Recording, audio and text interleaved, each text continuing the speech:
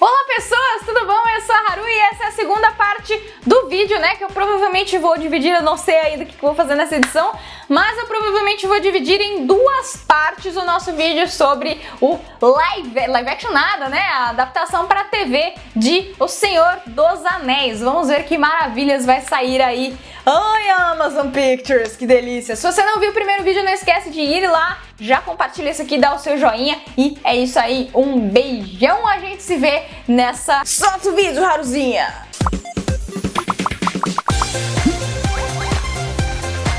Bom, e segundo outras notícias ali de portais do cinema, inclusive coisas que saíram hoje e que me motivaram a gravar esse vídeo também, a ideia é que a série seja ambientada antes, um pouquinho antes, né, dos eventos da Sociedade do Anel e em alguns spin-offs também, por isso que eles compraram aí os direitos para alguns spin-offs. E sendo assim, tem muita gente apostando em algumas histórias do Tolkien, algumas fases aí do Senhor dos Anéis ou antes do Senhor dos Anéis que não foram muito bem explicadas e que seriam legal de trazer aí numa série de TV para que as pessoas entendam mais como funciona esse mundo, né, de fantasia do Tolkien. Sendo eles, ó, eu acho interessante até nomeá-los. E a primeira história aqui da minha listinha, né, porque falou em começo da Sociedade do Anel, todo mundo pensa nesse cara, Tom Bombadil. Cadê esse cara?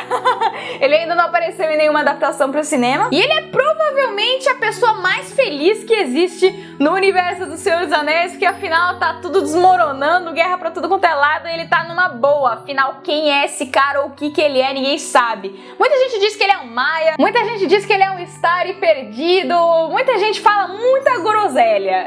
A gente não sabe, na real, o que ele é, mas sabemos que ele é mais velho do que o tempo. Sim, mais velho do que o próprio tempo, ou seja, ele tava aqui antes de existir Terra-média, sabe? Antes de existir tudo, o cara já tava aqui, como não sabemos. E no início da Sociedade do Anel, Frodo e companhia encontram Tom Bombadil na Floresta Velha, né? Ele é a criaturinha mais contente, mais alegre, mais musical que existe na Terra-média. E além disso, por ser uma criatura tão velha, ele tem N nomes, né? Como Eowyn Ben-Adar, além de Forn, Orold e, claro, Tom Bombadil. E ele na Floresta Velha salva Frodo e companhia, né, do Salgueiro Homem e hospeda-os lá no Frutadouro. Reza a lenda que ele é assim porque ele representa, né, na visão do Tolkien, e aí que entram as alegorias, é aí que a galera fica um pouco perdida. E eu não sei como isso vai ser colocado numa série de TV, né, mas reza a lenda que ele é alegre, que ele é feliz e que ele é tão poderoso e humilde porque ele representaria, né, na visão do Tolkien, as florestas inglesas que estariam desaparecendo na época em que ele escreveu O Senhor dos Anéis, né.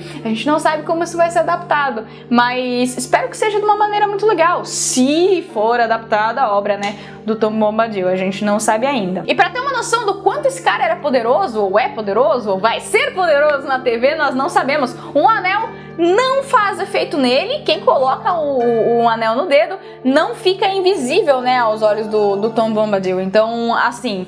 Por exemplo, os elfos, que são imunes aos anéis que receberam, Nenya, Arya e Vilya, eles são super poderosos e tudo mais, mas mesmo assim, eles não têm esse total bloqueio que o Tom Bombadil tem, entendeu? Então o cara tem mais poder que a Galadriel, tá ligado? E assim, como eu falei, ele é um serzinho musical e tudo mais, e ele faz uma coisa que só os Ainur, né, os anjos da Terra-média conseguem fazer, que é tocar uma música, cantar uma música e tudo que ele diz na letra acontece. Isso lembra bastante a canção dos Ainur, né? Ainu Lindale. Então, pode ser que ele seja um Vala, pode ser que ele seja um Maia, pode ser que ele seja um Istari perdido, a gente não sabe o que ele é, provavelmente não vai saber também. Só que aí, se ele fosse um Vala, né, aí não daria, né, não teria como ele não ser mencionado no Silmarillion, por exemplo, coisa que não aconteceu, né, ele não foi mencionado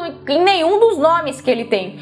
Então, a gente não sabe o que ele é. Mas a suposição mais aceita sobre ele é que ele realmente seja aí um Vala que permaneceu na Terra-média, que voltou e se alojou lá com toda aquela bagunça que Sauron fez, né, quando o Númenor foi destruído. A gente não sabe, provavelmente talvez saiba na série, né, que agora eles têm os direitos sobre isso também. Desculpa falar tanto sobre o Tom Bombadil, eu realmente gosto muito dele. Outra história muito legal, que além da história do Tom Bombadil que eu contei pra vocês da outra vez, é a história dos Maia, né, dos Istari, que vieram aqui não, né, lá na Terra-média. Bom, os Maia eram espíritos celestiais, né? Eles desceram pra Terra-média, ou pra Arda, que é o nome real da Terra-média.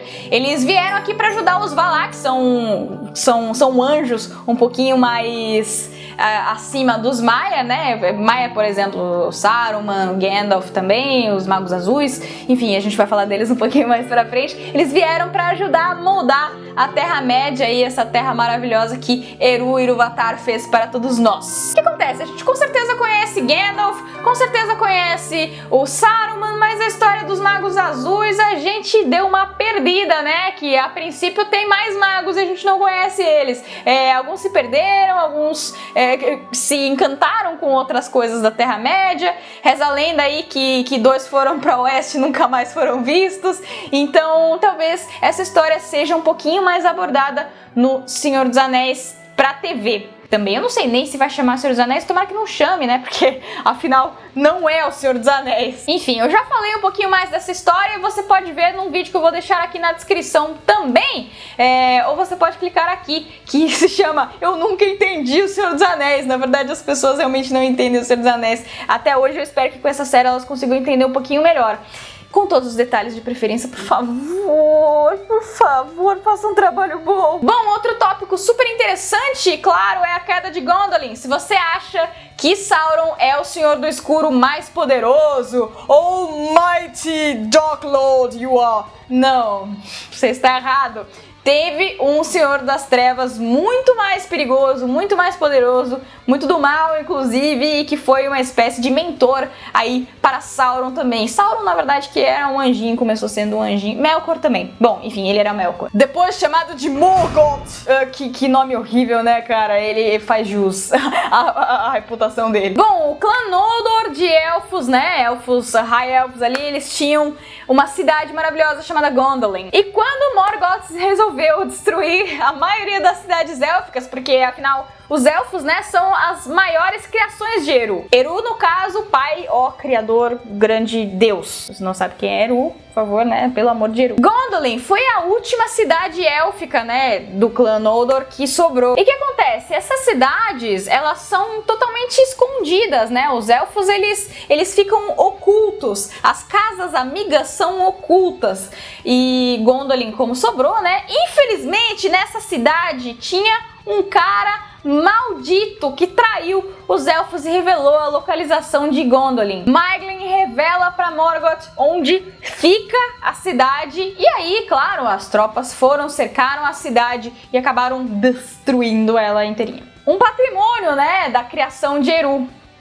Felizmente foi jogado ali no lixo, as traças. Quando os elfos perceberam, já não tinha mais jeito de salvar a cidade, já tinha cagado tudo, Eru, desculpa aí, tamo indo embora. Uau. E lá foram eles mortinhos em direção aos grandes salões élficos. Essa aqui eu tenho certeza absoluta mesmo, eu assim, 100%, por uma série de TV não teria como escapar essa história, a história de Fëanor. Fëanor foi um elfo incrível, o cara realmente era o senhor pica, assim, ele só não fez os anéis porque o Celebrimbor fez, mas ele poderia ter feito, porque afinal ele fez a Silmarils e ele também é o inventor do Tengwar, né, que é esse alfabeto maravilhoso aqui, que grande parte das línguas élficas, né, Quenya, Sindarin, você consegue colocar em Tengwar também. Bom, esse cara era a pau pra toda a obra, é artesão, guerreiro, bonitão, sensual, maravilhoso, forte, querido, incrível, uau, Fëanor. E assim como todas as pessoas a maioria, né, das pessoas que são incríveis, Fëanor também, infelizmente, era um baita do pé no saco. Eu não vou dar spoiler, mas ele enfrenta 3 Balrogs. 3 Balrogs. Um elfo. Sem desmerecer, tá? Perdão, tipo, se não fosse ele, não teria isso aqui que eu acho lindo, tá? Então, deixa pra lá. Que eu acho que foi uma coisa muito legal, né? Tipo, Tolkien foi lá, inventou um puta de um alfabeto funcional, e aí ele dá os créditos pro cara da história que ele inventou. George Martin fez isso. J.K. Rowling fez isso. Desculpa. A galera falou também da linhagem dos Dúnedain. Eu acho legal de falar isso, mas grande parte da galera que viu O Senhor dos Anéis já entendeu, ou do pessoal que jogou jogou Shadow of War também, é uma coisa que é interessante de colocar, mas acho que mais pra quem nunca conheceu nada do Senhor dos Anéis mesmo, né? A real é que os Dúnedain, né, são o povo do qual o Aragorn é descendente, né? Na verdade, depois daquela farra com Sauron, né, que Númenor foi destruída, os Dúnedain são os que sobraram, né? E aí, o herdeiro deles é Isildur. Isildur corta o dedo de Sauron e tudo mais, com o anel e etc.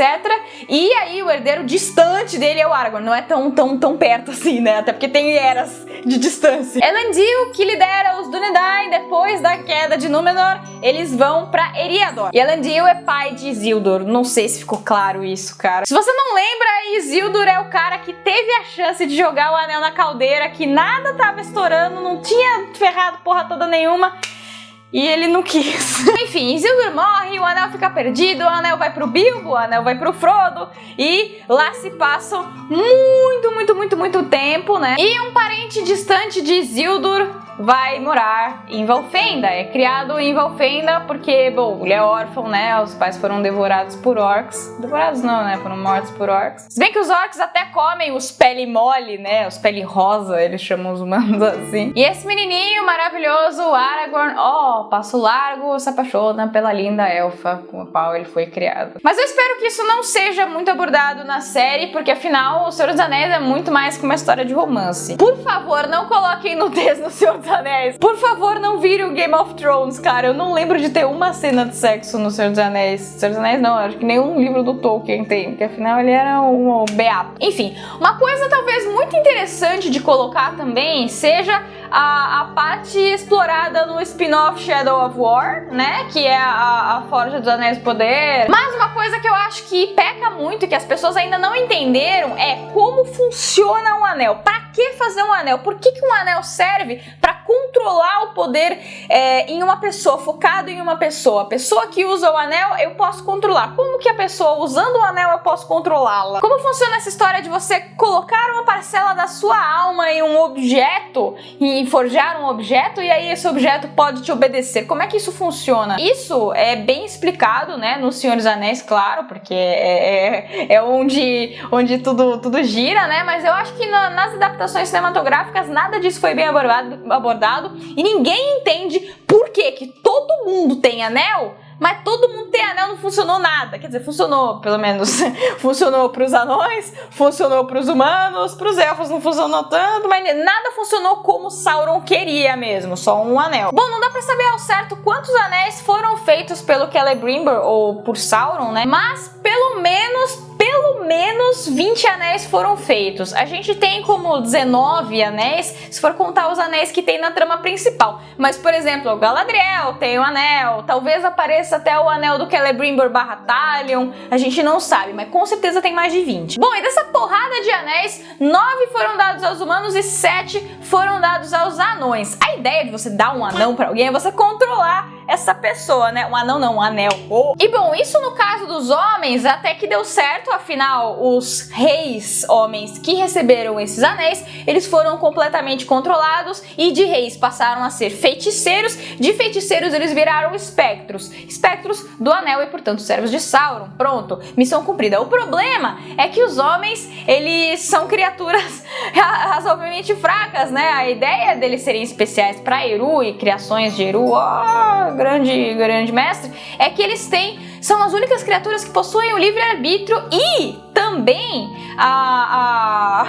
o privilégio de morrer. Os elfos, eles, ao contrário dos homens, eles não morrem exatamente. Quando eles morrem, eles vão ali pros grandes salões, mas eles continuam suas batalhas, suas vidas eternas. Os homens morrem e acabou a vida deles. E os anões, que não são criações diretas, né, de Eru, eles até que foram afetados pelos anéis, mas a única coisa que aconteceu, acreditamos, foi que os anões, eles começaram a conflitar mais entre si e com outras raças, porque eles tiveram aí aquela sede, aquela doença do ouro um pouco mais aguçada, né? Sauron não conseguiu dominar a vontade dos anões e também não conseguiu transformar esses anões em espectros, né? Porque afinal não são criações de Eru, então meio que a realidade é que eles já tinham uma cobiça por ouro extremamente aguçada, extremamente alta, e aí esses anéis que eles receberam pioraram um pouquinho isso e causaram alguns conflitos aí, algumas guerras anãs, mas além disso, a ideia de controlar anões não deu certo. Deu certo mais ou menos controlar os homens, e os elfos definitivamente não deu certo. Por quê? As criações sagradas de Eru são, claro, os elfos. Os elfos, eles são uma raça muito antiga e eles são a raça mais poderosa da Terra-média. O que acontece? Os elfos, na Terceira Era, eles já têm aquela vontade de preservar essas tradições, porque é uma magia em extinção numa terra, em extinção num mundo que se modifica cada vez mais, né? Isso aí a gente consegue pegar essa alegoria e entender o que ela significa na vida real também. Os elfos concordam em ter 3 anéis para dominar 7 anéis para dominar 9 anéis, porque conforme você vai dando anéis, que são cada vez mais poderosos numa cadeia de anéis, você consegue controlar essas pessoas. A ideia era preservar toda essa magia para os elfos. Os elfos querem se manter no poder, então eles aceitam esses anéis e tudo mais. O que eles não sabem é que tem mais um anel aí em segredo, e que a real intenção de Sauron ao dar estes anéis aos reis elfos era também dominá-los, né? Fazer os reis elfos de escravos. Eles percebem isso e eles retiram esses anéis. Mas é importante perceber que a intenção dos elfos era que os 7 reis anões e os 9 reis homens ficassem com os anéis, porque aí eles teriam poder sobre essas pessoas, sobre esses reis. Então a ideia é, você dá os anéis a uma vítima que você deseja controlar para canalizar esse poder aí pra você, e pra você conseguir interferir nas vontades dessa pessoa. A ideia de Sauron, a princípio, era que os 7 e os 9 ficassem com os elfos, pra controlar os elfos. Porra, eu quero um povo mais forte da Terra-média. Não rolou com os elfos. Eles percebem, né, eles tiram os anéis antes que eles fossem dominados aí pela vontade de Sauron. Quando eles tiram os anéis, Sauron declara guerra aberta aos elfos, toma os anéis deles, dos elfos, e dá esses anéis para homens e anões, coisa que para os elfos tá ótimo, porque aí eles conseguem preservar também essas tradições, preservar o poder que o povo deles tem também. Mas aí uma coisa muito interessante, que talvez seja uma exceção à regra, ou que talvez tenha acontecido outra coisa, e a lenda que se passa que pra frente, né, sobre os anéis, seja um pouquinho diferente, porque assim, os antepassados do Thorin, né, tiveram um dos anéis. Reza a lenda que o rei de Khazad-dûm, ele recebeu, o rei não, né, de Khazad-dûm, ele recebeu um dos anéis, um dos 7 anéis, pelos ferreiros élficos, e não por Sauron, não por Celebrimbor, não por ninguém. Os próprios elfos deram esse anel pro rei de Khazad-dûm, Keep watching over during suns. Esse cara mesmo. Eles acabaram sendo dominados não exatamente por Sauron, mas numa cadeia